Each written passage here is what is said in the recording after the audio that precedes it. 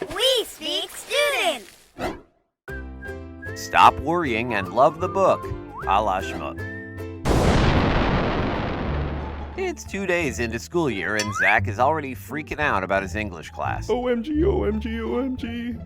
Dozens of upperclassmen have told him that one of the books he'll be required to read is terrible, horrible, just really, really bad. Why? Why me?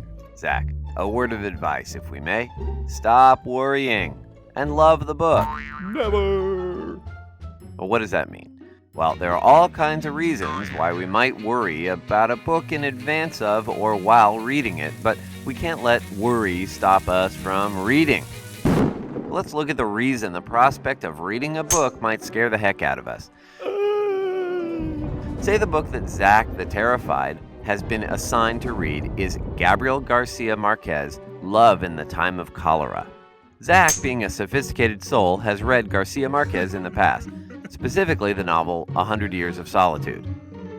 Zach hated this book. He hated it so hard. As a result, he doesn't want to read anything else by Garcia Marquez. Something feels really wrong about this picture. The thing Zach doesn't realize is that Love in the Time of Cholera and 100 Years of Solitude are very different books. They're so different, like night and day, chalk and cheese.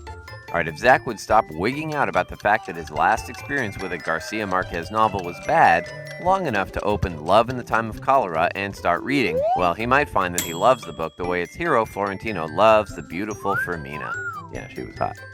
Alright, what if Zach is asked to read Charles Dickens' A Tale of Two Cities, a novel that every person he's ever talked to has declared dull, deadly dull? Well, given the book's reputation amongst its peers, it makes perfect sense that Zach would be worried about this particular read.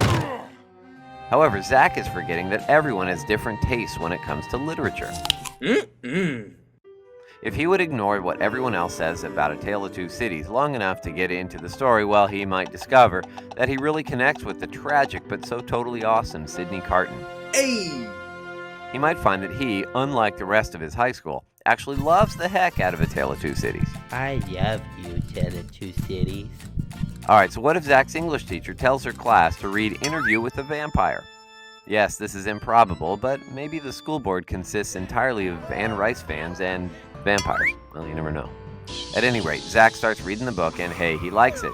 Up until the moment he runs headlong into the character of Claudia, the undead brat. He finds that he despises this chick so much he can't bear to continue reading. Well, this happens with books sometimes. We're cruising along perfectly happy and we run into a snag. Or a brat. It could be a character we don't like, or an overabundance of typos in the text, or a plot development that makes no sense. Even if we find one or more things that we don't like in a book, chances are there's also at least one thing in the novel we like or maybe even love. So Zach put that hatred for Claudia aside. She'll be toast. Literally.